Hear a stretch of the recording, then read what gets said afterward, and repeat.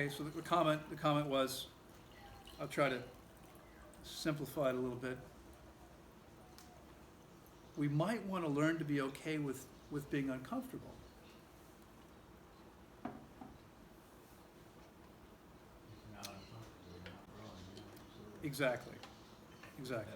That's That was my point. What I was about to say is that we only grow when we're outside of our comfort zone. And what many people do is they choose to stay inside of their comfort zone. It's easy, right? If you're afraid of failure, you never want to fail, simply don't try. Don't ever attempt to do anything that you don't already know how to do perfectly well. That ensures that you won't fail. And it ensures that when you die, everybody but your closest friends and family will forget you ever existed, which maybe you don't care about that. But how many people here would like to do something with their life that benefits humanity, or benefits the planet, or benefits animals, benefits somebody other than yourself, is bigger than yourself, leave a legacy? See, I truly believe that every single person here has amazing gifts. There's nobody here that has all the same gifts that you have. There's things that you can do that nobody else can do. Each of you. Each of us. Each of us is capable of manifesting miracles that no one else is ever going to manifest, because no one else has the combination of everything that you have. You are unique. I was telling Ashley last night, when we did their internship program for 12 years, the interns were required to do things they were afraid of. It was part of the program. Why? Wasn't the idea of the program to help people with their health? Yeah, kind of. The real goal behind the program was to help people become everything they were capable of.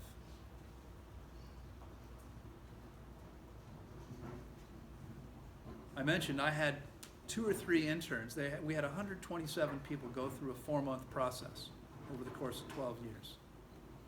Several of them twice. And there were several people who almost bailed.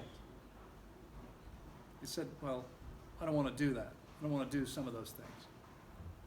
But they did. One of the things they were required to do was to give presentations. I don't know how true this is. It's been said for years that most Americans are more afraid of public speaking than death. Right? Which seems a little silly. Public speaking is temporary.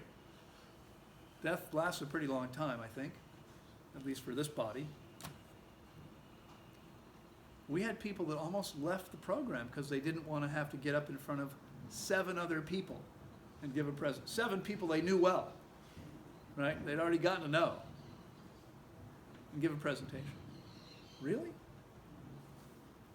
2 of those people went on to give presentations, to do public speaking. And these were people that wanted to quit.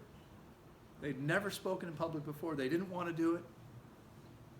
And I said, you don't have to, but you can't stay in the program unless you do it. And they did. One of them sent me an audio tape. I'll tell you how long ago this was.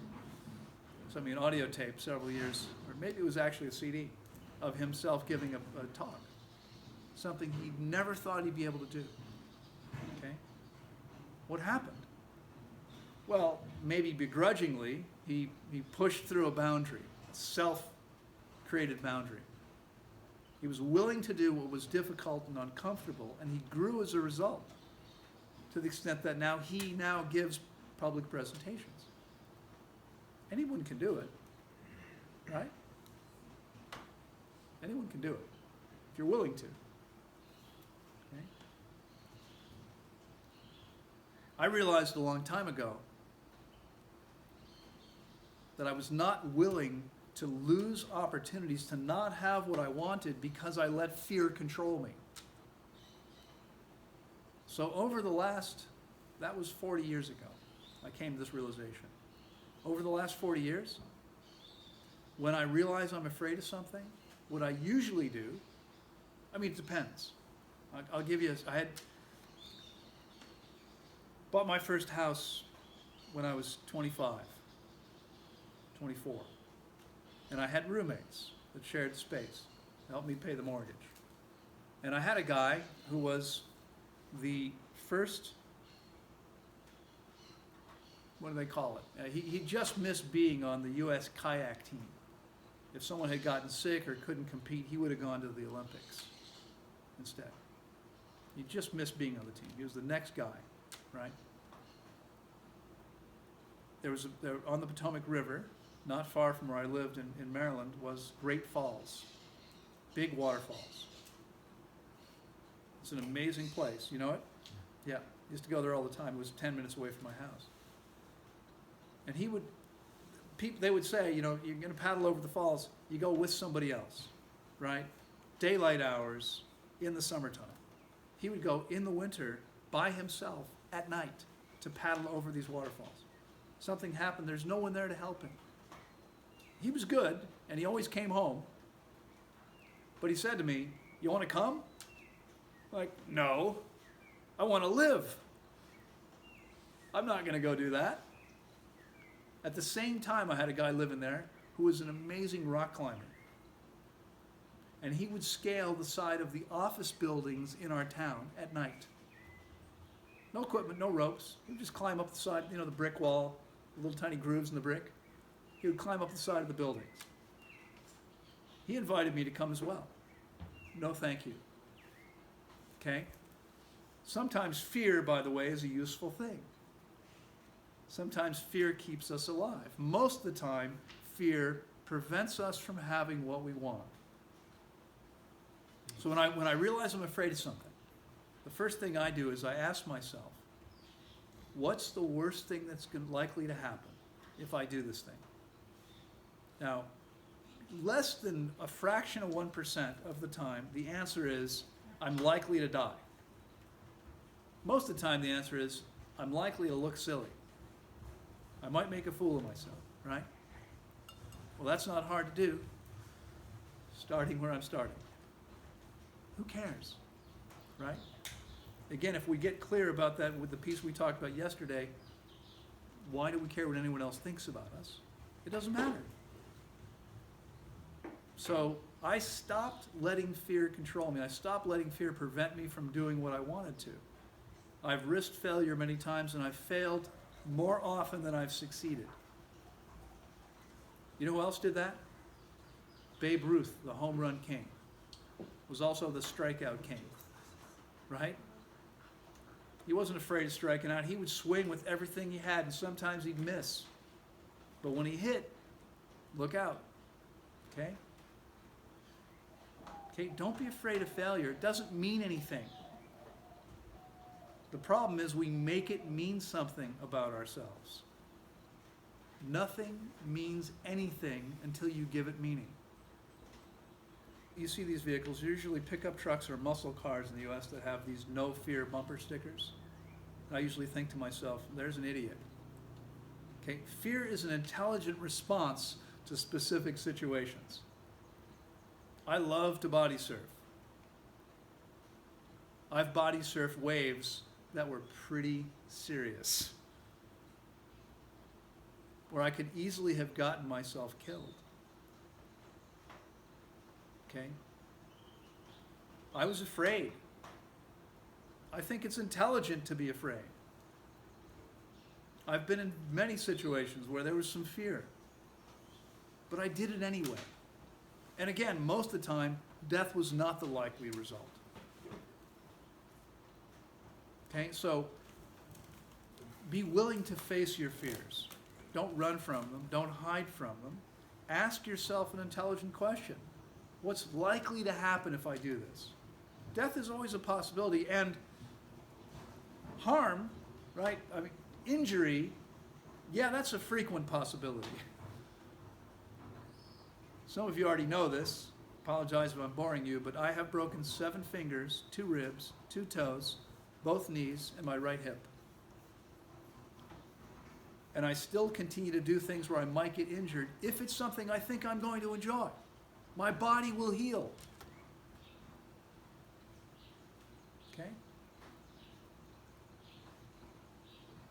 I'm not suggesting that you be reckless or do stupid things. I've done both of those things in the past. I'm not necessarily recommending that. But let's say, for instance, I mentioned the other day, I've been riding motorcycles since I was 18 years old. Still do. 40 years. Okay, I'm going to ride again from Germany to England this summer. That's no big deal. I've done a lot of long trips. That's a short one. It takes several days. I'll visit some friends. Actually, I'll be in England with the bike for a couple weeks doing events there. I'll be traveling around the UK once I get there. Okay? I'm not afraid of it, but is there a chance of getting injured or dying? Of course there is. You can't control what everyone else is doing. I enjoy riding motorcycles so much, I'm going to keep doing it. Okay? I used to fly small planes. Is there a danger? Absolutely. I used to jump out of airplanes with parachutes. Is there a danger? Of course there is. But I enjoyed those things a lot. So I kept doing them. Okay? I would encourage you to continue doing the things that you enjoy, or try doing things that you're afraid of. Not if there's a high likelihood of killing yourself, but if there's not. I think it was my second trip to Costa Rica. It's down in Uvita. And a friend brought me to a waterfall. And I'm scared of heights. Try jumping out of airplanes and you're scared of heights. There was a waterfall and these kids were sliding over this rock. You been there? Into the pool below. And I looked at that and I was scared. And as soon as I realized I was scared, I thought, gotta do it. They're surviving. I'll probably survive too. I did. And the crazy thing is, after you do something, you realize it's a paper wall. Not a big deal. It's still scary, but you know what? I can do this. When I learned to scuba dive, I learned to scuba dive at a place in New Mexico, of all places, called Blue Hole. Right? New Mexico is this big desert. And there's this natural spring-fed formation. It's probably 50 meters across. It's 85 feet deep. It's spring-fed cold water. And we would go there from Colorado as a cadet at the Air Force Academy. That's where they would bring the cadets to learn to scuba dive. So I went there to learn to scuba dive. And on one side of this hole, there are these giant rocks, these boulders. It's like a cliff, maybe 20 or 25 feet high. And my friends were jumping off the cliff. And I'm looking at this going, that looks really scary to me. Really scary. So I went up there, and I'm looking over the edge, and one of my friends, we're 18 years old, pushed me. I wish someone actually had a picture of my face. I don't have it anymore, of me, falling. But you know what? After I got past the fear, it was fun. And I went back and jumped several more times of my own accord. Right? Sometimes we need a little push. I don't know if I would have done it or not, had he not encouraged me physically. Okay? So again, the point here is,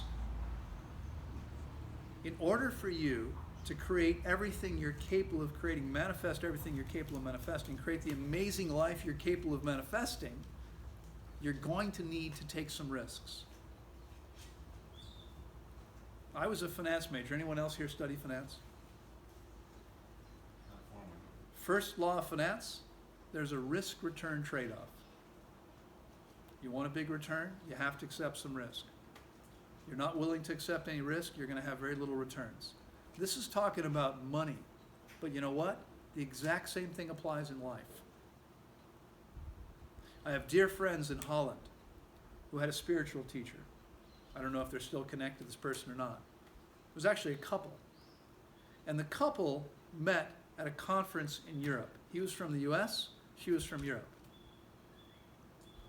It was a conference of thousands of people in their field.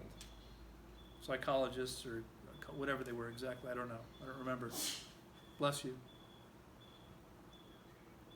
And there was clearly an attraction, but he was too scared to do anything about it. And at the end of the conference, on Sunday, the conference was over, he went to his room, he got his bag, he got on the elevator to leave. He had not asked her for her email address. He had not gotten a phone number. He had no way to be in contact with her. And he was about to leave, and leave without acting. And on the way down to the lobby, the elevator stopped on a lower floor, and she got on. And she said, "You're leaving?" He said, "Yeah." And she said, "I'd like to stay in touch with you."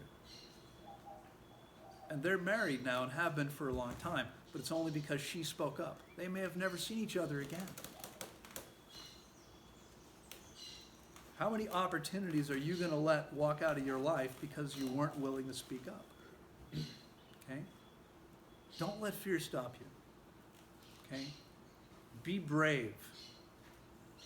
Be clear, bravery doesn't mean lack of fear. It means a willingness to act in the face of fear, in spite of fear.